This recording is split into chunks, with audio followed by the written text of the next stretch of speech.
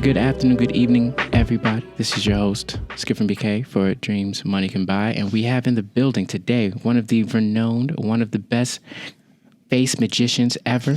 She will, if you actually read the FAQ, please read the FAQ. Please read the FAQ. I'm going to say it for the third time. Please read the FAQ. You'll make her life easy because she don't have to flame you because it's in bold. It's in caps. Make your life easier.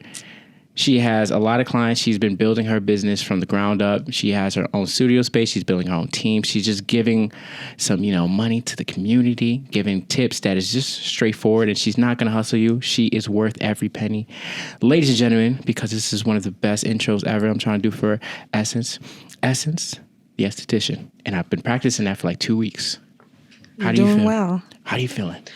I'm doing fine. Doing fine? This is my first time coming downtown since maybe last year. Wow, okay. Yeah. Well, I'm glad, one, that it says a safe space because we're in a very public building. You can't know where it is because it's my job. But I definitely wanted to continue the interviews in person. I just can't do Zoom, and I don't trust internet because they be messing it up. So I am thankful that you're able to come in. I just want to make sure that it was a safe space for you. But you've done a lot of things, and I want people to know how impeccable your journey to where you are right now is, because I was very shocked at a lot of the detours you had over the course of life just to get here. Impeccable? My mother would not call it that.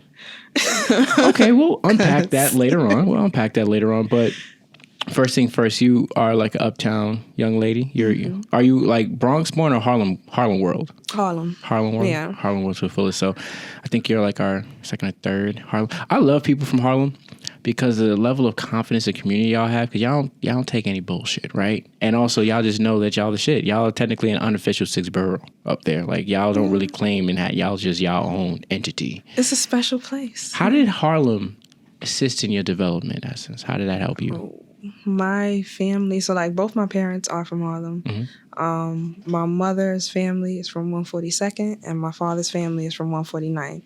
So like, everybody was within a few blocks of each other. Both my grandmothers raised me together.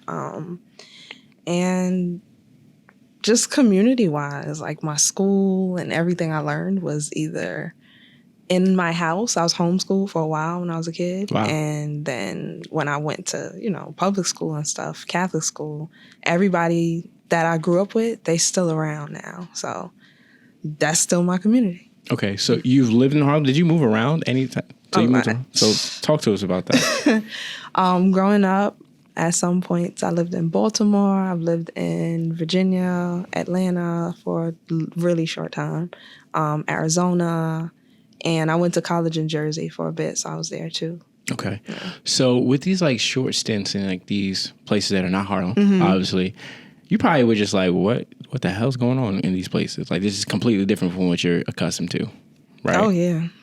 So it's like the suburbs that you kind of like moved to, or is like just like not Harlem? I don't know. I just feel like Harlem is very central to you, and it's like me hearing you went to these places, I would have never guessed that. Oh, no, I was in the hood. Oh, you in the hood? Oh, okay. You ever seen The Wire? I lived there. For Baltimore, I knew that. I'm talking about for like the other places like Arizona and Atlanta. Like, were you guys still like, you basically were around the trappers all the time? No. Atlanta was nice. Okay. I was in Buckhead. So Buckhead's nice. It was very fancy. And I hated that. Because I was like, I've never been around this. Like, especially black people like this. Oh, okay. Because in Harlem, you are around like flashy, like stereotypical Harlem people. But Harlem is still very like Afrocentric. So that was always like what I was more comfortable with. And it was like, oh no, I don't like Atlanta. But Arizona, that was a whole other world. And maybe 8 months in, I was like, I have to leave. Everybody's racist. Like, were you in like Phoenix or like, okay. Cause I was just figuring it really doesn't matter what you can close your eyes. Yeah. Poke at an area in Arizona. It's racist. Yeah. So, okay. Like on the street, you walking down the street and somebody just call you out your name. Like, why? Wow. Yeah. So that happened a few times. I was like, I need to go home. Okay. So I'm very glad that you're back in Harlem world. So growing up, because right now, before we get into like your entrepreneurial spirit, stuttering, and just you building your business with your skill set. Did you ever think growing up you were going to actually be doing like that type of skincare, like face care, anything like that? Was that ever like a thought at any point? No. Okay. I've never been like the glamorous one. I've never was into makeup or any kind of skincare stuff growing up at all. Yeah. So that being the case, and you grew up with both your grandmothers, and you have like all this. So was anybody like kind of like into that whole looking elegant, like having like the lipstick and doing like that skincare? Like there's nobody around that just made you go, I want to be like that. Like, so you just kind of fell upon it yourself is what you're saying. Well, my mother is like that. Like my mother always grown up Louis Gucci, like dressed, makeup, hair done. She a bad boss bitch. Yeah, and everybody would be like, why are you like this and your mother's like that? Like, wow. And I'd be like, I don't know. Like, I'd rather be outside playing. Okay. And growing up, they would be like, there's a clear difference between you and how your mother is. And I would be like, well, I didn't think that deep about it. But then growing up, I was like, well, this is clearly something that can get you somewhere. Like learning about the beauty industry down the line. I was like, oh, okay. The only people I knew that owned businesses, it had to do with beauty. Like they were doing hair or something. Fact. Okay. So and I'm not even going to like talk too much about the companies, but just looking at your work experience, like, so you went to Seton Hall, that was like Jersey. Yeah. And you were there and you kind of like majoring in art history, criticism, and conservative. Yeah. Like I would have never thought that as a major that you would have taken. Oh, like, I love art. Yeah. Okay. So did you want to be like in like an art museum? Would you? I wanted to be a museum director. Wow. Yeah. So okay. like when I was small, I didn't really like to talk. I wasn't social. I wasn't into playing with other kids and stuff. And my grandmother, my mom's mom, I spent most of my time with her. And she was the first person in our family to go to college. And she was studying like early childhood development. She was like, oh, maybe we should try art therapy. So she would buy me art supplies. I would make all kind of things. She'd hang it all around the house, and art was my thing. But by the time I was in high school, I had an art teacher who was like, look, if you go to school for fine arts, you're going to be poor. Like, so you have to decide what kind of career you want in art and where you want to go with it. Because if you go for fine art, you're probably just going to be a teacher. And she was like, I'm poor, so what you gonna do?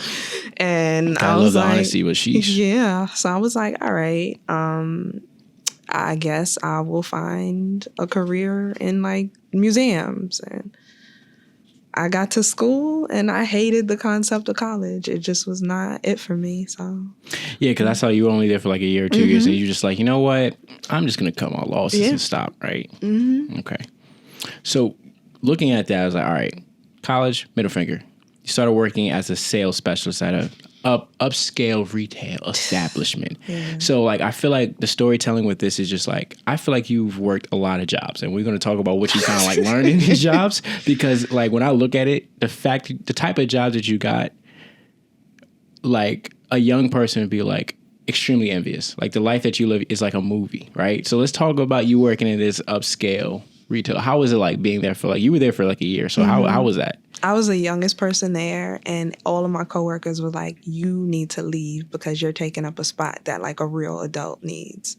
So every day they was like, yeah, you don't need to be here. Like we have family and kids to support and you don't. And I'm like, well, I'm good at it. So I was selling like $10,000 furniture and getting a good percentage of commission on it. And it was like, so you're selling home stuff. So you have to be able to now bring in a customer, and nobody's going to splurge on a $10,000 couch because you don't need that.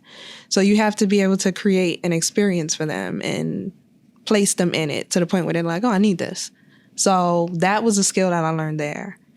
And it's been helpful, but also it gave me a deep understanding of like consumerism and marketing and how that works for people. So it felt like a class, even though it wasn't a class. Okay. Yeah. So shout out to the hater. I'm not going to curse at women, but shout out to those haters. Because I feel like who says you don't need to be here? Were they hating because you were just dropping numbers? Is that why they're trying to get at you? Yeah. Because they're horrible. That's why mediocre people are so annoying.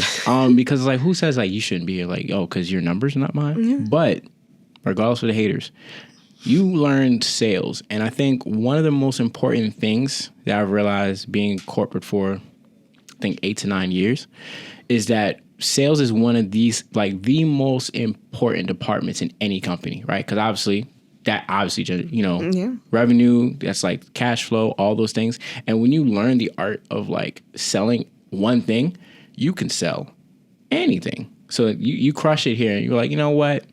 I'm gonna be an office assistant. And I looked at this like, I'm just looking at the jumps that you're at like this high level university. So you're going from being like a killer sales specialist. How did you even come across being like, I'm going to be an office assistant? How does that happen? So I was living in Harlem again I was staying with like my boyfriend and his family, and he was in school. He was like doing stuff, and I felt like, all right, I'm gonna drop out. I'm not really doing much. I need to go back to school. And I also found out that in Harlem, if you are a resident, you get a special preference to work at the school. Wow. So when you apply, because they have like basically a equal opportunity thing, but it's for residents because they're like, we are here taking up y'all land and impeding on y'all space. So the least we could do is generate jobs. So when you work at the school for at least a year, you get free classes. So I was like, I'll get this job. I'll work it for however long. I'll get free classes. I'll go to school, and then I'll graduate from this top university. Yeah. So I get there, and I'm like, oh, I hate this. Like, I don't want to do this. But also, it's a campus, so it's open 24 hours. So you could literally work as many hours as you wanted to. So I was like, I'm just going to work, save up a bunch of money, keep my head down, and do what I need to do so I can get these free classes. And it didn't work out that way. So I ended up leaving there. Yeah. I feel like for you, it feels like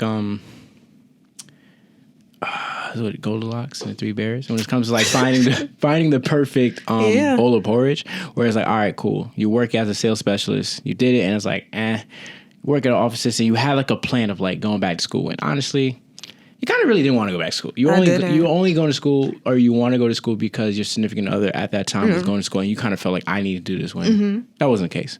Next is merchandising assistant at another retail establishment, right? And I'm just seeing a trend here, right? Where if like each job for you is like a skill development facility for you. Yeah, because I love to learn. I love to learn from everybody. And if I'm somewhere, it's like, all right, well, at least I got this lesson from it. So. But what did you learn from merchandising? Because I feel like when I'm looking at the order of jobs that you have, it just makes perfect sense why in your current like business, you're doing very well. Yeah. Not to jinx it. We don't want to jinx it because things happen. People want to try to slander and hate on her because they're haters. But like, I feel like you didn't go to college, but your jobs in a way were like special classes for you to kind of get you to where you needed to go. So what did you learn from merchandising, when the merchandising system position? At that place, it wasn't as luxury. So it was more so dealing with people who also didn't go to school, and they were like, I just had to learn all of these skills and apply them. So I was like, all right, well, what did you do before this? So a lot of the women who I worked with there, they were much older, and they would tell me like what they did maybe back in their country that they came from. And I was like, all right. But more so I learned about vendors and buyers, and I was like, oh, maybe that's something I might want to do. And how products make it to certain shelves, even if, like, how when we pick up a product from Marshall's or something like that, that came from somewhere else, and that was just surplus stock. So I learned about stocking things, and I was like, all right, I'll keep this in my pocket for later. Okay, so these are all like little skill points. You like putting this in a pocket. Yeah. Now this last one, I feel like this is like extra customer service. You're a flight attendant. Yes. And I feel like when you look at this, I can make a movie like you sold at a high level retail place. You worked in a high level university. Then you went to merchandising. Not so high level retail, but still make some money there. You're a flight attendant for an airline. Yeah. How was that for like those 9 months? So it was crazy. So in the merchandising job, I hated my job to the point where it was like, all right, I'm feeling anxious when I come here. And then one day I came in and I had a panic attack, and I was like, I need to leave. Like, I just had this feeling where I was like, I need to go. And I didn't know where I wanted to go, but I wanted to be away.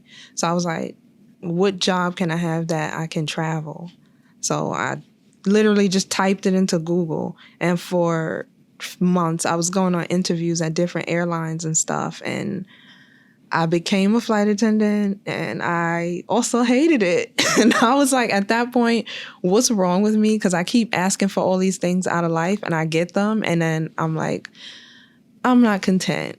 So I did the job anyway. I tried to stay in it as long as I possibly could. And then it started to affect like my well-being, my sleep, my skin, my health, because you're traveling, you're eating crazy food on the road.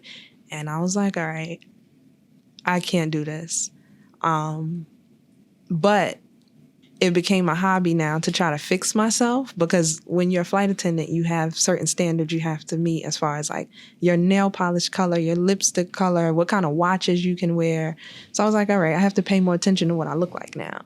And my skin started breaking out. So I was like, all right, I got to fix this. Got into products and ingredients, and it was a whole world of things that I never heard of before.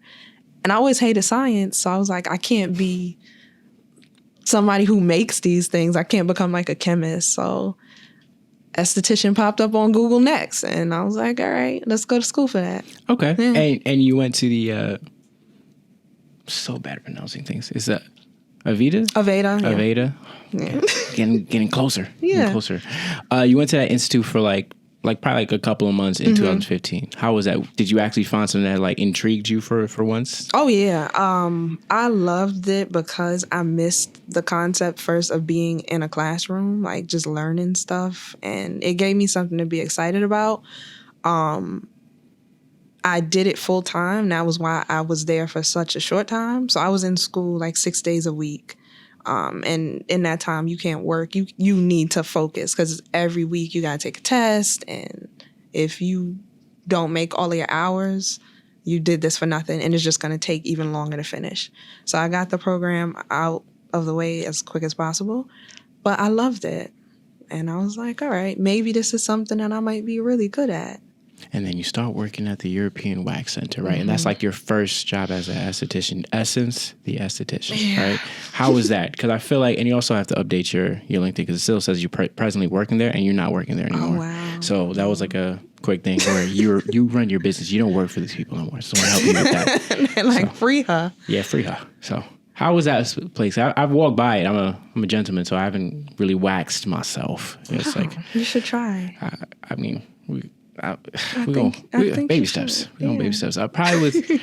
I'll groom myself before I go to you, but I'll groom myself. Yes. Everybody should get waxed, I think, at least once. So you can experience it and you can sympathize with your partner who probably gets it done. So, but at European, 2 weeks in, I wanted to quit, and 3 weeks in, I got my first check. So I was like, I'm not going to quit. So it was that was like, you looked at it, it was like, you know what? Let me not just like run away from this yet. Because I'm like, I just paid $10,000 for school, and now you here at this job. But at European, it was just, you have to memorize a script and you have to give a customer an experience, but you only get a certain amount of time to do it. So like, if I have 15 minutes to convince you to come back to me, buy something, like, it was a lot of pressure. It was a high pressure environment. So I was like, I don't know if I could do this. So, because I don't know when you left this place, were you only there for like, what is it, like a year or something? No, I was there for like 3-ish years. And I would sometimes like get jobs at other like beauty companies or like do certain kind of gigs, just to help me learn other things and like skincare. Because I wanted to do, when I went to aesthetic school, I wanted to do facials and work in a spa. So it wasn't like my passion to be waxing vaginas all day. It just wasn't. So I was like, all right, I gotta make sure I'm staying current when it comes to skincare and what's going on in that industry. Okay. So there for 3 years, and then you go to, I see Blue Mercury, and then after that you go to Silver Mirror Facial Bar. So those are short stints. Those are like gigs or like just short stays? Just short stays. Okay. Like, at that point, I knew that I wanted to freelance, but I just didn't have much experience working in a spa. Like European Wax Center is not a spa setting. So it's more of a like get you in, get you out. And I'm like, I want to create an experience, but I don't know what kind. So that Blue Mercury is like a high-end retailer that also does services. But their audience is a little bit different than the audience I was going for. So I was like, I'm not learning much here. It didn't make sense. And then Silver Mirror, I learned a lot there, but I was not okay with the management. So I was like, I got to get out of here. Like, yes. She's saying it in the nicest way possible. Yeah, I am. But I think when it comes to literally looking at the assortment of jobs that you had, right?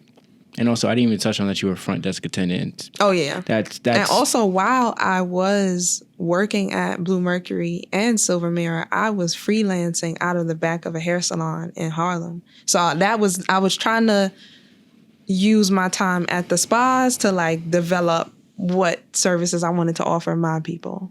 So, yeah. So you were literally building like this kind of like curriculum for yourself. Yeah, for like, because you got to perfect your menu. That's like the main thing when you want to have a good spa.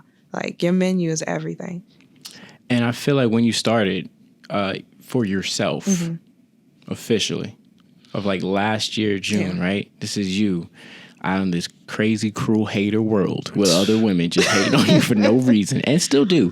That, you know, you are really using all the things you learned from these several jobs of the customer service, the sales, the understanding the marketing and the vendor buyer things. And it literally is kind of not funny, but like very intriguing how it kind of like led you to like being able to like look at your business like, this is what I'm going to do as Essence, as the boss of my own time, boss of all these things.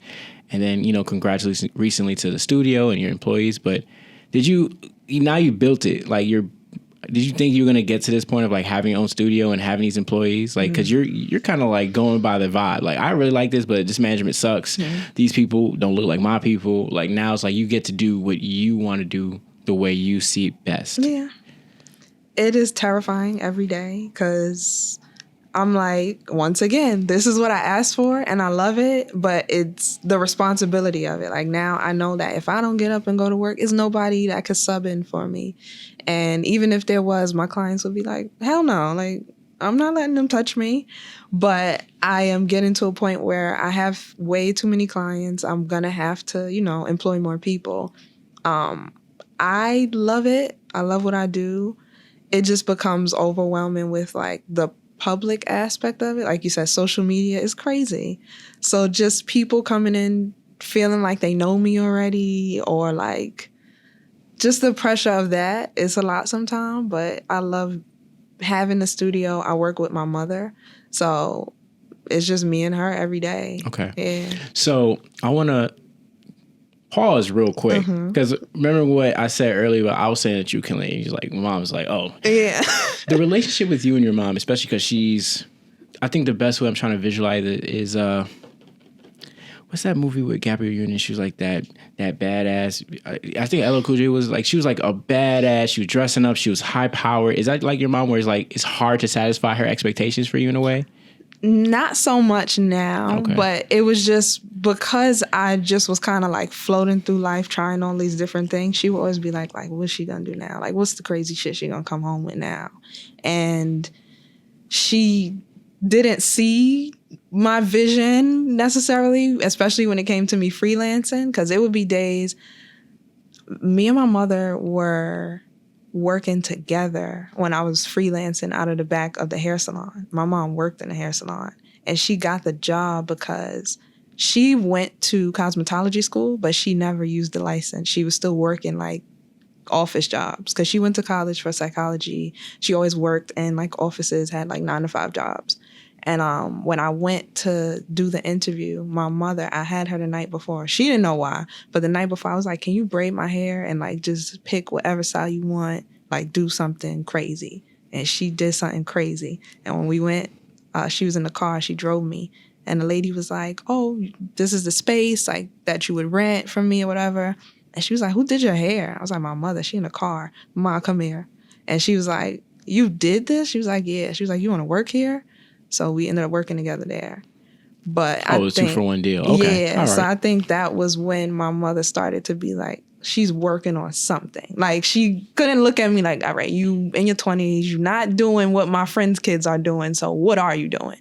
And after that, she would listen to me a little more. Like, when it came down, I'm like, this is how we got to market ourselves. This is what we got to do. She would be like, all right. And now it's to a point where my mother's like, Essence got it.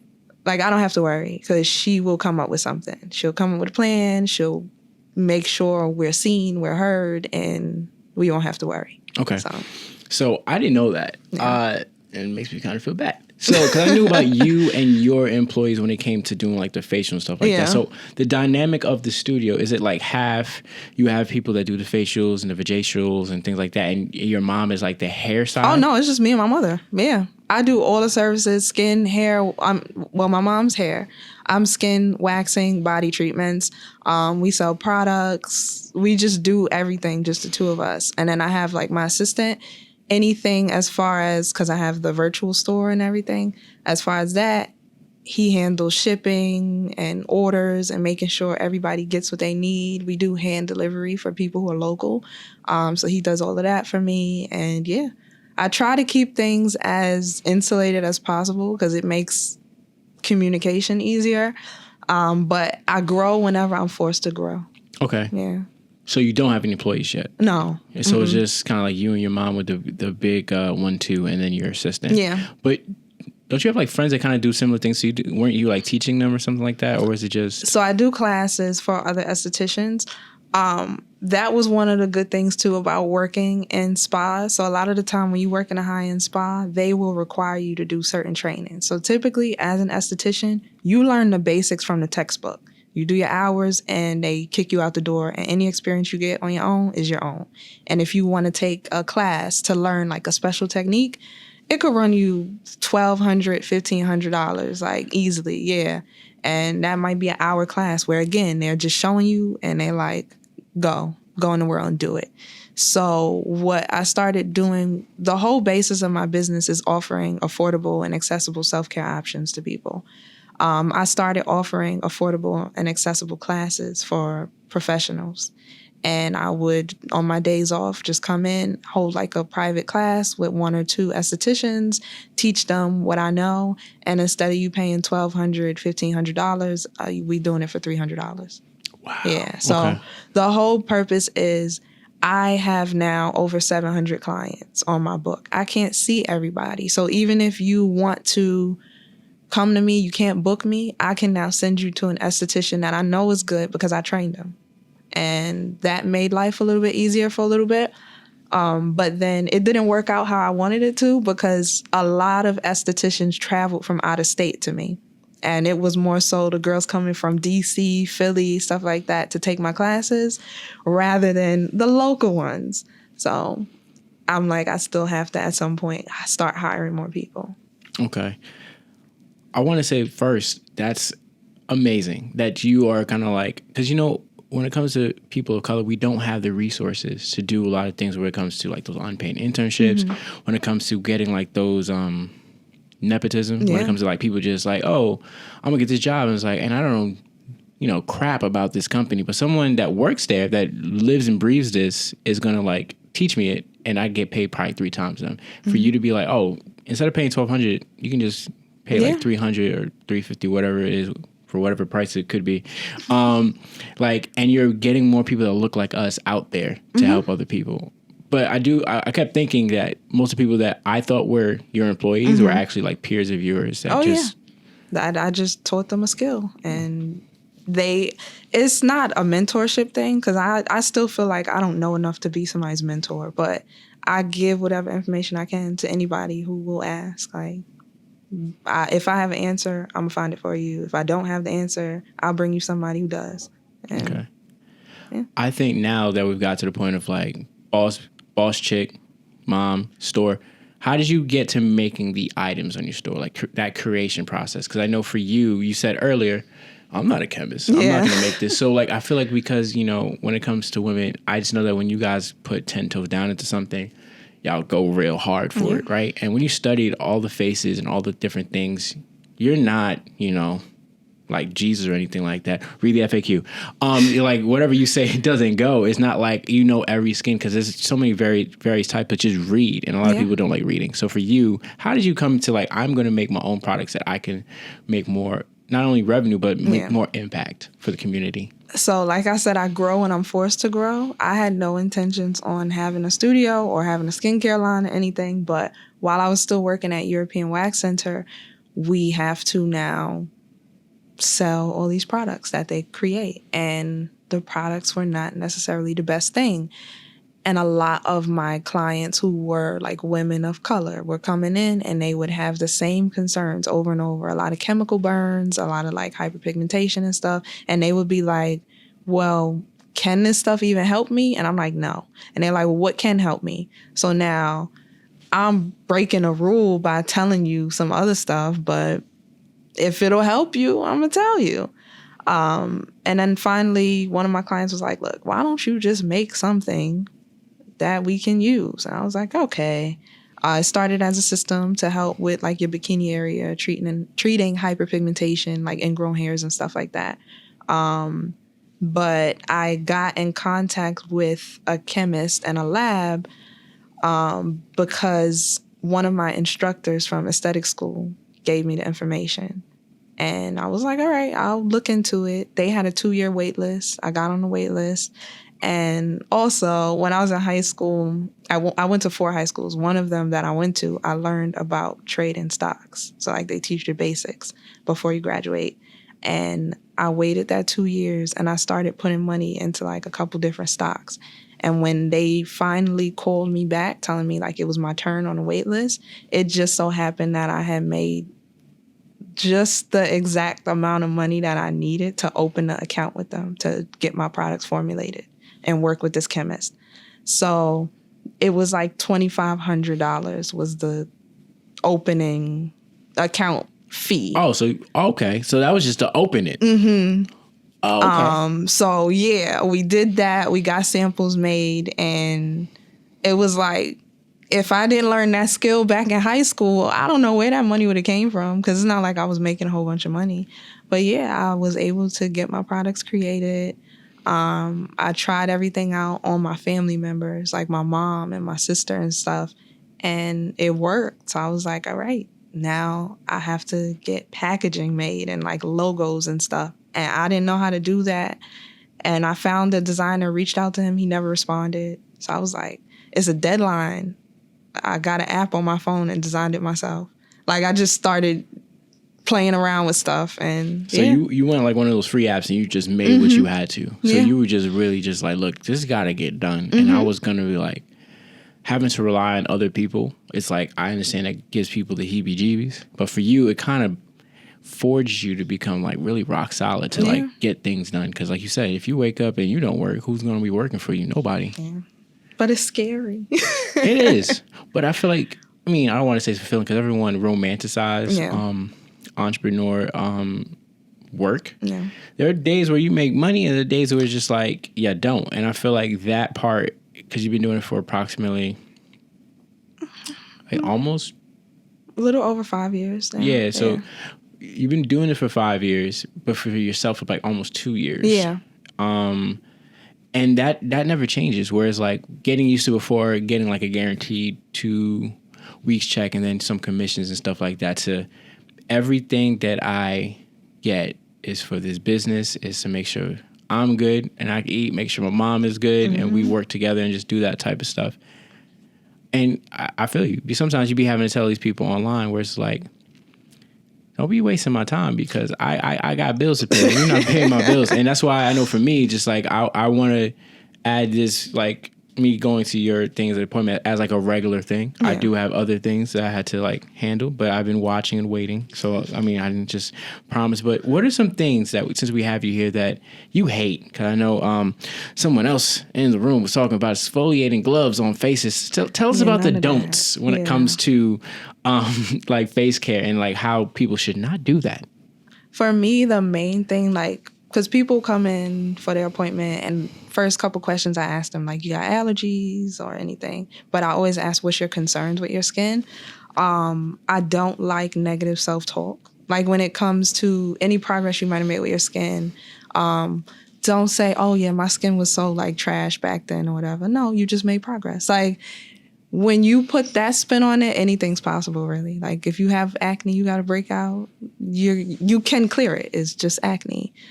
So first thing is like no negative self-talk when it comes to your self-care, because that's not self-care. It's literally the opposite.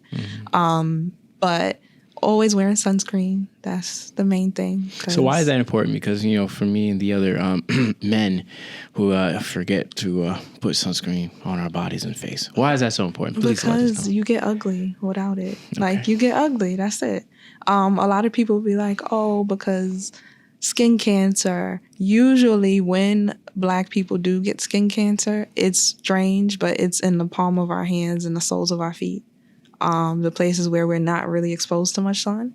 Yeah, and it's just something that happens with us. But sunscreen is going to treat things like wrinkles, hyperpigmentation, aging spots, so like sun damage. Also is going to, most people have concerns around like eczema and dryness. Sunscreen helps with that. So, yeah. So sunscreen does everything in addition to protecting us from the sun. I didn't know any of that stuff. Yeah. Oh, okay. Because the sun ages us, it damages us, causes the wrinkles, dries your skin out. We are just meat. So if you put a piece of meat out in the sun, it's going to cook. Like, just put on some sunscreen. Okay, okay. So we got the sunscreen question out the way.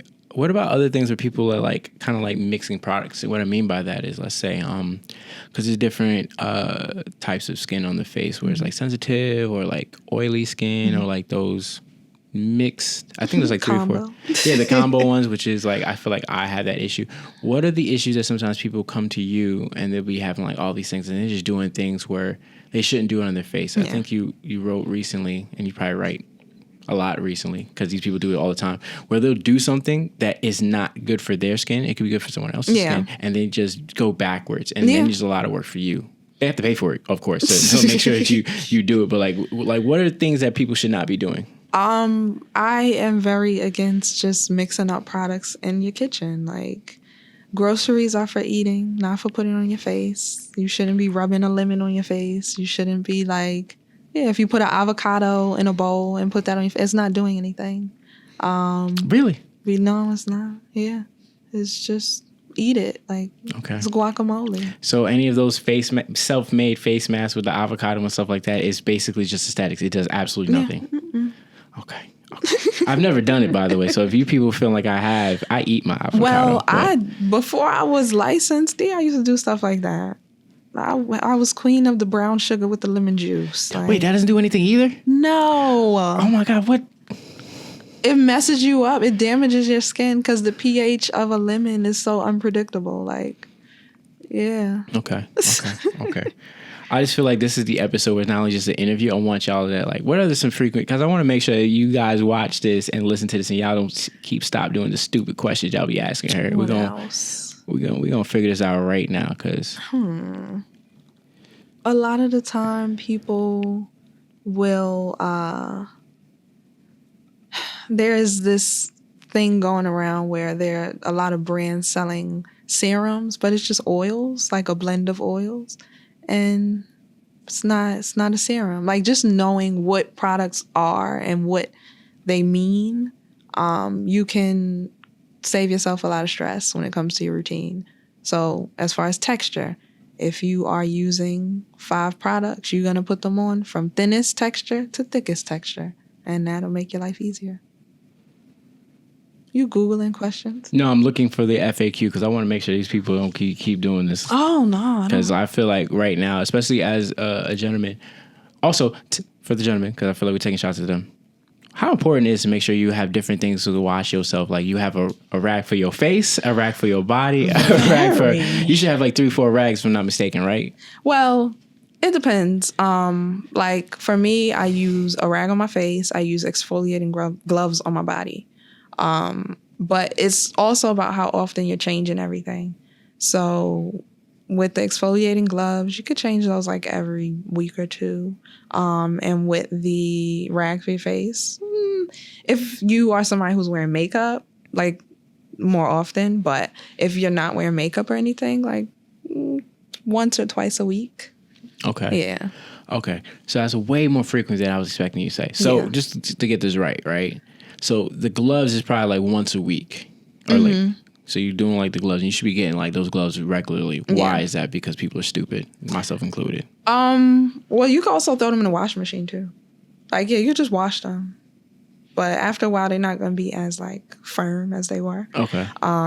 So if you're washing them, you could probably keep them for about 3-4 weeks. But yeah, just dead skin cells, bacteria builds up on everything. So you don't want to be now washing your face. The goal is to get clean. You don't want to be putting that same bacteria back onto the skin. Okay. Yeah. Talk about that. We talked about people not doing that, not washing their ass with the same thing, washing their face and stuff like that. Nah, that's dangerous. And we have it's the like lotion. Pink eye. Oh, okay. All right, pink eye. We don't want that. People coming for vajacials and they think that you about to give them a whole makeover when they should be coming properly groomed. Talk about that. Oh. Because you don't trim nothing. You're not a barber. Oh yeah, no. I don't trim vagina hairs. It's too intimate. Like, it's certain things I will do for my clients, but I feel like that's a lot to ask of another human. But yeah, when it comes to waxing, should be doing that every 4 to 6 weeks, depending on how your hair grows. But also the main thing that most people don't know is you should be taking care of your bikini area the same way you take care of your face. Okay. Men and women, because if you're a man and you're shaving, you have to be taking care of the skin down there, making sure it's moisturized every day like you would moisturize your face, and exfoliating 1 to 2 times a week like you exfoliate your face. Okay, this is that's a lot. I'm going to say that, I lived with my dad my whole life, so I wasn't like, hey, you gotta exfoliate this. Oh, yeah. I feel like women really have all the answers. No, and you'd be surprised by how many older clients that I get that might be in their 50s and 60s. It's things that we don't grow up talking about, like how do you take care of your vagina? How do you take care of this area? Like, what do you do? It's the thing you learn as you go. And a lot of women have to learn in like unfortunate circumstances. Like, I'll never forget, I got the period talk when I was about 4. Because my grandmother, she was a camp counselor at 22 when she got her period. And the campers had to explain to her what was happening to her. She didn't know. So, okay. Yeah. This is, wow. At 22, that would be, that's. But I get women at 50 years old who come in for their first wax and they're like, I never even look at my vagina. Like, I don't know what it looks like. So, yeah, I think it's conversations that we have to have more often. And I'm not trying to be like purposely awkward. This is just a lot to digest. Like, because she just said, like, these ladies at 50 don't look at their vaginas. Like, that's you, baby. That's we all get you. Taught that it's like a dirty thing. Like, oh no, you're supposed to smell like flowers and Bullshit. Vaginas smell like vaginas. Yeah. So, okay. So I'm looking at a lot of the awesome packages and other services she has. So we're going to do like this. As if I'm like a clarity. Because I'm going to be doing this myself because I'm not going to be just talking shit. Okay. So with the chemical peels and the express facials, what is it between the express facial and the luxury facial? Is like, how intensive is that difference? So the luxury services are like an hour, usually, give or take. The express facial, so basically, how I said the goal is to make self-care affordable and accessible. If I'm telling you that every 4 weeks you should be coming in and getting a $150 facial, that's not accessible for the average person in my community. So I created a 30-minute service to where you have access to still being able to take care of your skin, and it's $60. So that's way more doable. Yeah, so you come in for your 30-minute session, we clean you up, make sure you don't have any like blackheads, whiteheads, things going on, and you're good to go for another 4 weeks. Okay. So that way now, facials and self-care are something that are not considered a treat that you should just do on your birthday or your anniversary. It's something that you're doing more consistently. Typically, like my average client, they'll come in every season and get the hour facial, like a longer service. And then in between, they're just doing the 30-minute ones for maintenance. So didn't know that game plan, but for you guys, this is going to be the best, this is the most fun, informative episode ever because I'm trying to help you guys pick the right things as a future customer myself, about to do this myself.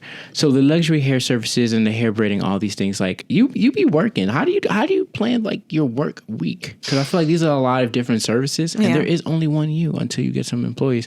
How do you divide the time where you're doing like the facials and the vajacials and the chemical peels and the hair stuff? How do you plan your week out properly? For me, it's about organization. So my studio is like 120 something square feet. It's not a lot of space to work with.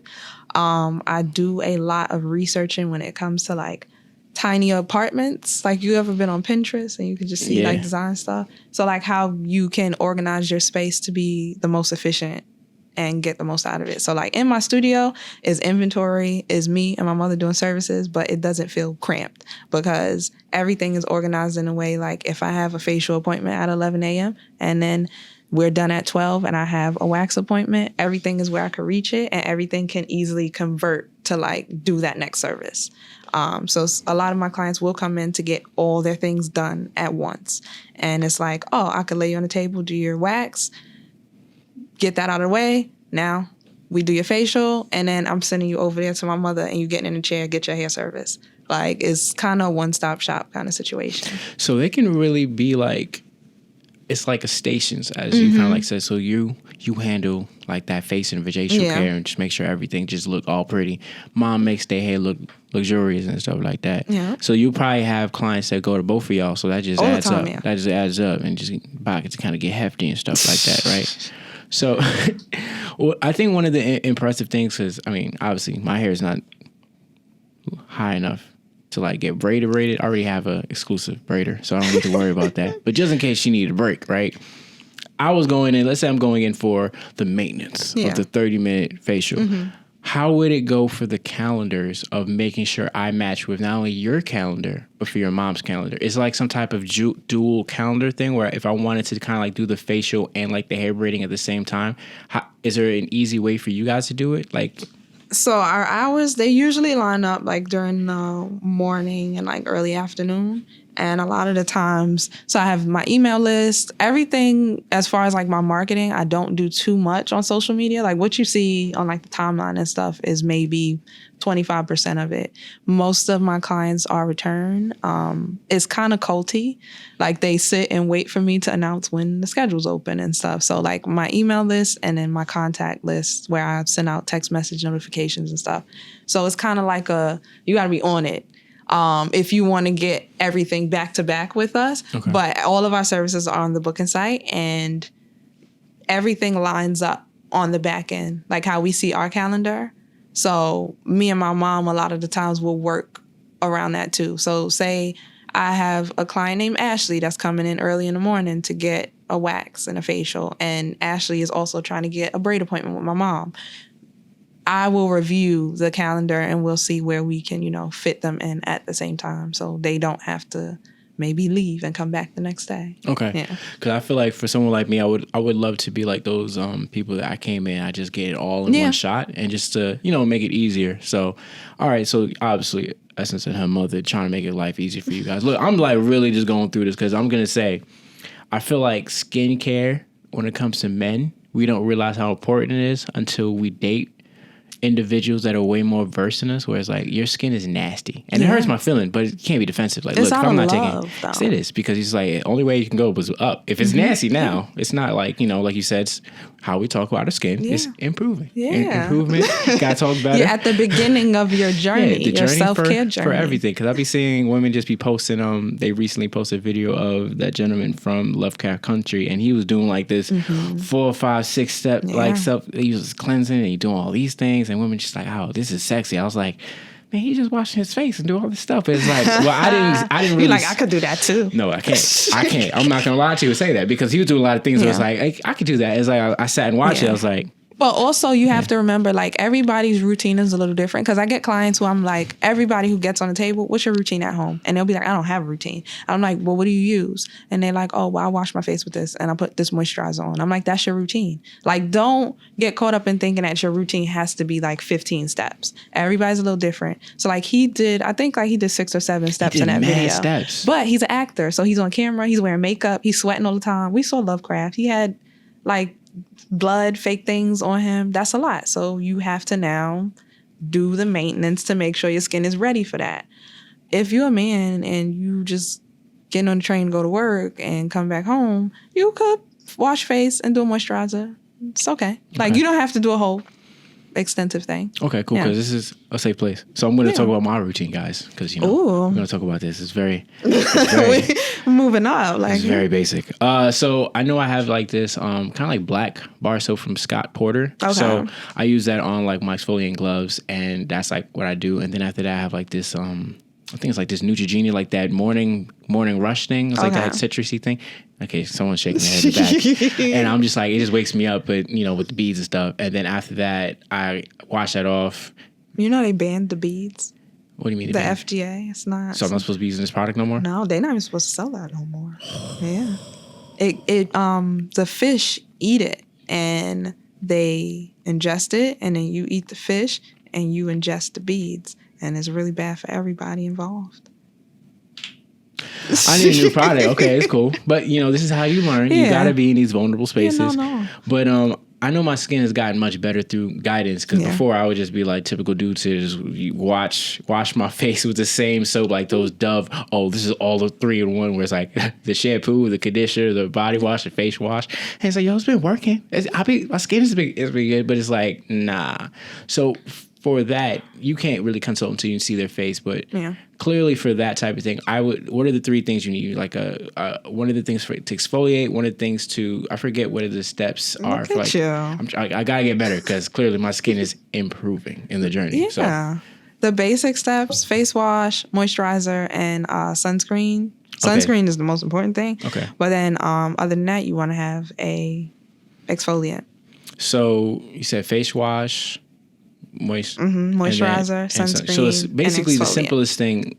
The smallest amount should be 3 steps. Yes. Because a lot of people like me be ignoring the sunscreen, and that's very important. And going forward, I will be investing heavily in that. Aww, I feel like I just changed a life. Not just one life. You've probably changed. I've been talking for the brothers, be like, yo, we got to do it better. Yeah. And also just helping you with your services, because not that you needed help. This is teamwork. But I think it's these type of spaces and conversations that are good, just to see not only your journey, but like for people like me that would be intimidated when it's like, I did see some male clients on you, so I felt more comfortable where it's like, okay, cool. I ain't the only dumb person. Well, not dumb. Not well aware of what we have to do. And I feel like now I can go into it, whereas like I used to listen a lot to women that had different routines than me, right? So I'd buy maybe the face mask / thing. I don't remember if it's Neutrogena or one of those Clean and Clear, but it's like those, it could be either a face mask or this, or it could be this and this. And I'm just like, I don't even know my face type. I'm just lazy. I just need something that just works, And I think now is like actually being more serious about it, because I don't want to be wrinkly, and I want to look as good as possible for as long as possible. So I think it's good to kind of inquire about these questions, right? Yeah.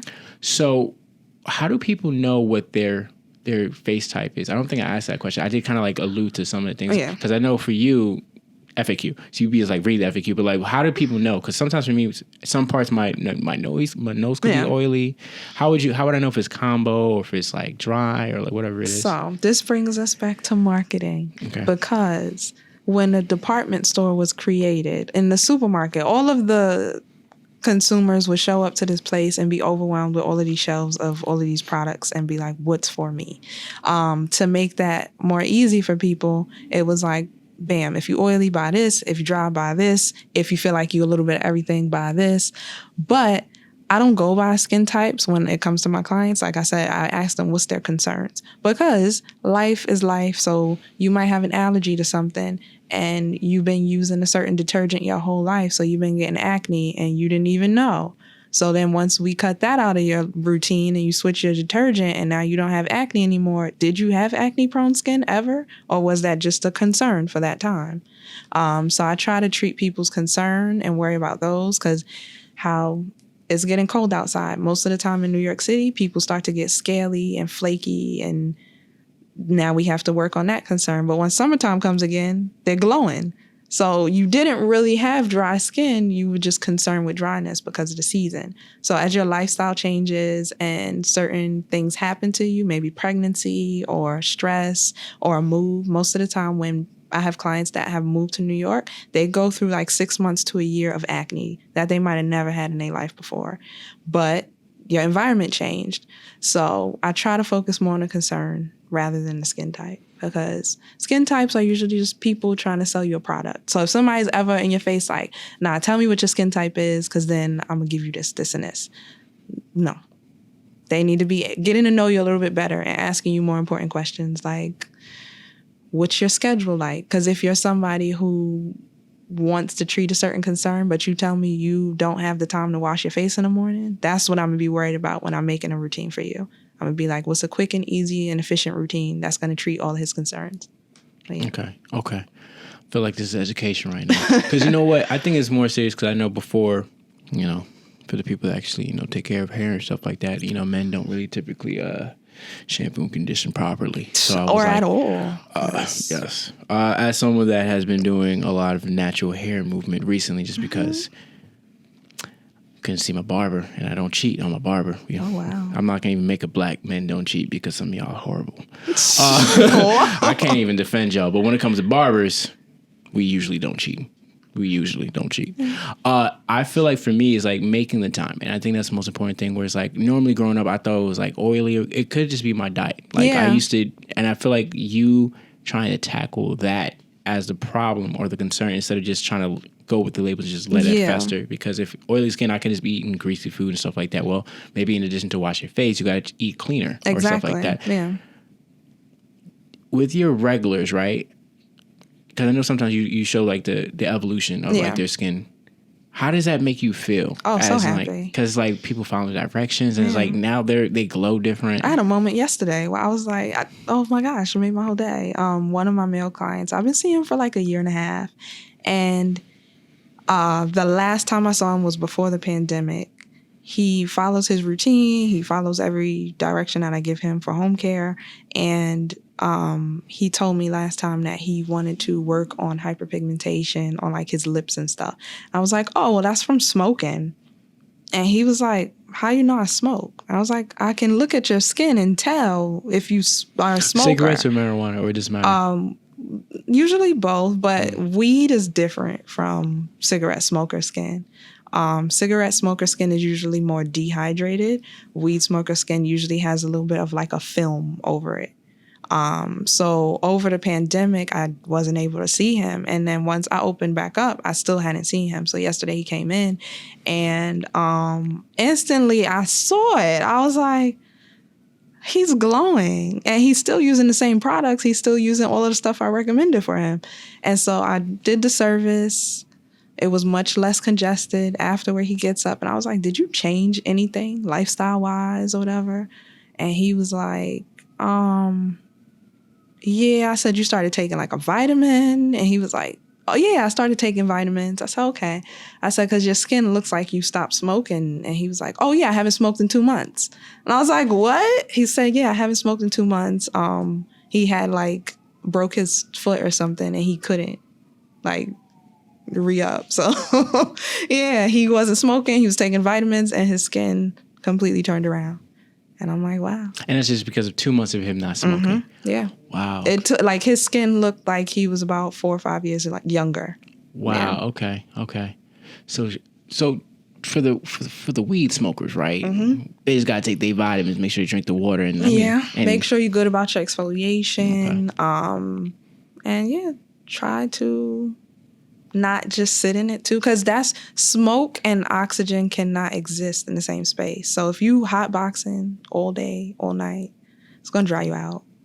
So okay, I just laughed because I was thinking about like that SpongeBob thing with like that old wrinkly like worm or whatever, where he just looked like he was probably hotboxing for like 20, 30 years straight. Exactly. Okay, cool. I just feel like, and you can, when this episode drops, you can just put this whatever you need to with the video and stuff like that. If you want anything, because I feel like as a man, I'm overwhelmed with excitement. Like I feel like people are going to be looking at this like, oh, it could be so easy. But I think how I look at it now when it comes to the facial and like all that type of care is similar to not just a haircut, but like when women get their nails done. Like we have to add that to like our routine, and just like you've been doing such a great job with making it affordable, where it's just like I feel comfortable. I don't feel like, damn, I gotta like penny pinch and just try to figure it out. And someone that looks like me that's not going to try to hustle me. And even space-wise, like, we try to make it in the studio where everybody feels comfortable. Like, it's not this is a woman's only kind of thing. Because that's what it becomes to. A lot of men are scared to come into a space of women because they're like, what am I about to walk into? So, like, we have a playlist. The playlist is up on Spotify. A lot of my clients listen to it, like, outside of the studio. And they're like, yeah, it just puts me in a good space. And you could come, relax. The bed is heated, and you just chill. So. Okay. And when did you guys reopen during the pandemic? It was like probably like a week or two ago, right? A couple of weeks ago? Because you safely were able to do it? Yeah, it's been like, so first they were like, oh, hair care can start working again. And my mother, she still wasn't comfortable. So I have like young siblings. So she's staying home with them. And she was like, yeah, I'll wait a little bit.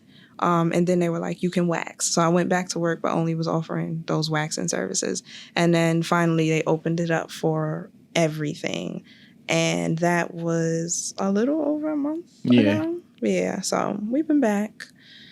It's been an adjustment, but not too much. Because like I said, with my space, it's always been like very organized. So like after each client, I got to clean everything. We use the industrial cleaners and stuff. So not many adjustments when it came to that, but like just wearing the PPE and things, that's been a lot. And creating new policies to make sure my clients are doing what's safe for them. But yeah, it's been cool.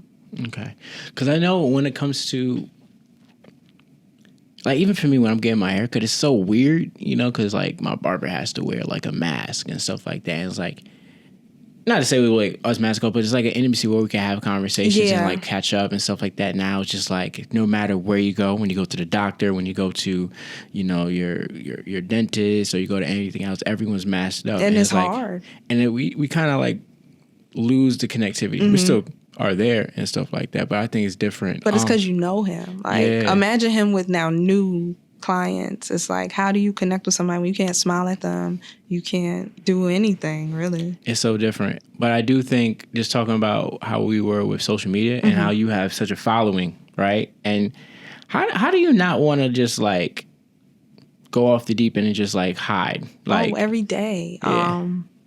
Every day I fantasize about starting a pressure washing business and going to live in the middle of nowhere with my boyfriend and walk the dog all day. Like, but what's stopping you? My clients. I love my clients. Like, I love what I do. It's instant gratification to be able to have somebody come in and leave feeling like the best version of themselves. So I'm like, that is an addictive feeling, because what other job gives you that, really? Like, you made somebody feel good to the point where they be walking down the street like, wow, I'm happy. Like, people are happy to see me. They asking me, like, what am I doing? What am I using? And, like, it's a good feeling. And to be able to do that with my mother, like, is cool. She's annoying, but it's a cool feeling. It's out of love. It's out of love if she ever watches this. So I think like the last couple of questions before we let you go, because the first time we had, she had to do some big business things. She's like, hey, I got to reschedule. And you were so apologetic. And I was like, yo, bro, this is a tag team, you know? And I was like, I'm here. I just, you know, we got the team here. We're going to make sure you feel comfortable. But what is next for you guys? I know you were open up that you're eventually going to have to get like someone that's kind of like under you. Yeah. What about mom? Is it like things where you're going to have like your own little teams, where it's like she's going to have people that is like accredited to her level of like product of like how she does her hair braiding? And then for you, you're going to need someone right under you that is like, you know, to your standard to work under you, because, you know, I used to be like, yeah, you used to work a lot, right? And I didn't know you that closely. Till like Like, midnight. Usually, yeah, and I just feel like for you, for like the work-life balance, it's great to have a company, but eventually it's the purpose of us having the companies, you know, and improve our life and to also enjoy it. Like, you can be working as hard and returning it, but like you shouldn't be able to see your boyfriend and your friends and family more. So I think is that in the future where like next 2 years, 2-3 years, you guys are gonna build up the team a little bit more? Yeah. So I'm actually in a long distance relationship now, so I have to make the time, and that has been something that's been teaching me how to do that, and especially with COVID, like every month somebody I know has passed away. So it's been like, all right, I have to spend my time how I want to spend my time. I can't be in the studio 24/7 working. And my mother, I'm telling her, like, same thing. She's homeschooling my little brother now. So he needs you. He needs to learn these things. So you can't be here and there. But I have a little sister, and she is soon to be 19, and she is just as good as my mom at doing hair. So at some point in the near future, she will probably be coming to work with us, hopefully. And that'll make things a little bit easier on my mom. And nepotism, like you said, because I'm for it. No, but that's different. All for, we love nepotism for Black people. I'm all for it. Usually nepotism's for people that are, a little vanilla and stuff like that. But okay, so for mom, that's kind of like that person that allows mom to be able to focus on the younger sibling when it comes to the education. Yeah. That's great.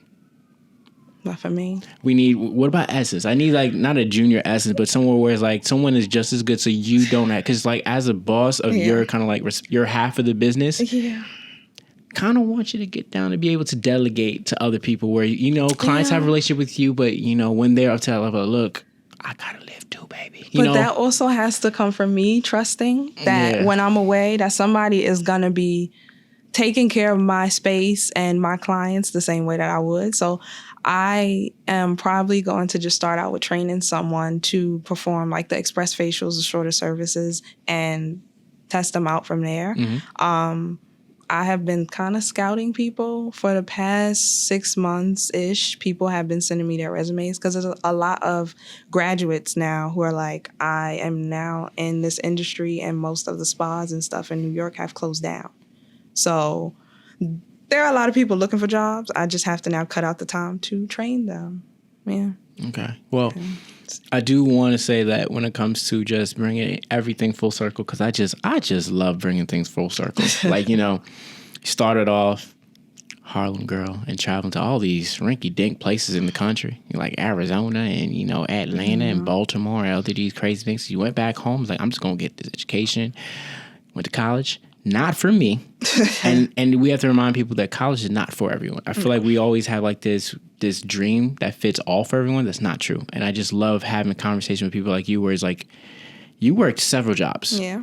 High end of retail, Ivy school basically, another retail spot, flight attendant. Yeah. And for their perks, they had cool things. It wasn't for you. And then when you kind of got to something that was for you, sometimes you're like, I hate it. But there's other things where you got to work for yourself where it's like, it's, stressful, but it's so fulfilling to hear someone finding something that makes other people see the joy and impact that they can do from just saying, wash your goddamn face and just keep routine with it and stick with it. But I be saying it nicer than that. I mean, yeah. That's the common misconception about me, though, is that I'm like mean. Because the funny thing is when you hear your voice, it's very soothing, but it's just eloquent. It's just like, if you don't wash your face, please, just take care of yourself. You deserve it. Yes. Like, you just gotta flip things to people.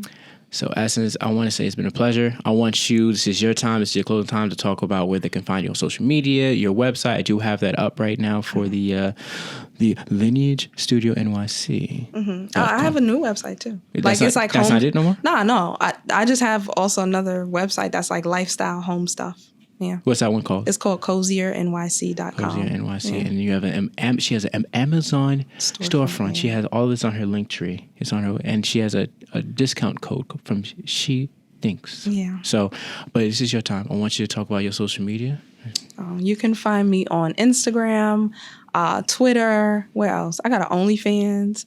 Not a sexual OnlyFans. It's still self-care stuff. I was going to let you talk. I didn't make no faces because OnlyFans is great. You can do whatever you want, people. Yeah. Freedom. Liberation.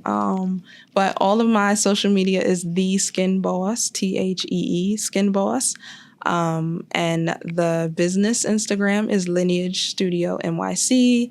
Our website is lineagestudioNYC.com.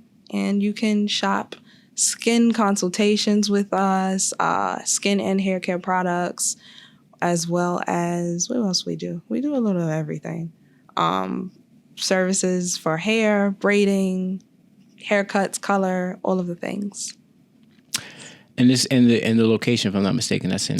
We are on 2130 Adam Clayton Powell. So that would be 127th Street and 7th Avenue if you are somebody that's from Manhattan. Mm-hmm. Okay. So I want to make sure. So all the information is right there for just in case for those people that are not good with the reading and you like the visuals and the audio. It's got to say it. So as it's been a pleasure, I am so excited to eventually be one of your future consistent customers. I am less scared now. I'm going to make sure my skin is much better than it is now. It's not that my skin is bad. It is improving. Yeah. So without further ado, guys, I am the host for Dreams Money Can Buy. It is Skip from BK. If you don't know who I am, I'm surprised you're here, but I'm happy you're here. Follow me on every social media, on Twitter, Facebook, Instagram, all that stuff. This is powered by Cove Alpha, so that is my website platform for all of my podcasts and other future endeavors, and we are edited by Slept On Creatives. Shout out to Jomo and Katiana. Love you guys so much. Guys, till we meet again, make sure you wash your face and get the treatment from the family business. And also, just stay tuned for what she's working on next. Thank you for having me. Peace. Here we go. Another episode and another post-credit scene. You dig? So we just wrapped up a conversation with the amazing Essence, phenomenal with the skincare. She is the skin boss. So, speaking of the skin boss, if you want to keep up with her and just try to hopefully get an appointment, if you're lucky, because I know she's probably going to be extremely hard to get on right now because she's popping. Follow her on Twitter and Instagram at the Skin Boss. So it's TH2E, so THEE Skin Boss. That's THEE Skin Boss. Tell her that I sent you. There was a lot of gems in this episode, so be sure to be kind to your skin and keep investing in it, because that is the thing that is with you all lifelong. Keep in the know with me. Follow me on Skip from BK at Twitter, Instagram, Facebook, Tumblr, all those type of things. We got some things working on when it comes to comedy, acting, all those type of things. So we're gonna eventually release those as those things get finished. Be patient with me. Shout out to my people at Slept On Creatives, a wonderful production company.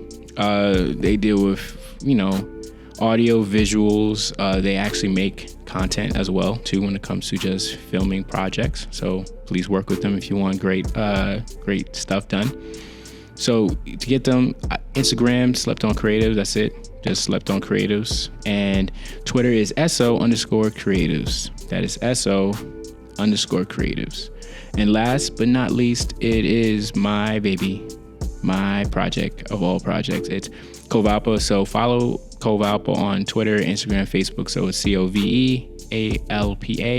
That's where, my podcasts go. That's where my articles go when I write, whatever that may be. And we're going to try to be more accountable for that. But yeah, just stay in the know. We're looking forward to seeing you in the next couple of episodes. So just stick around, please.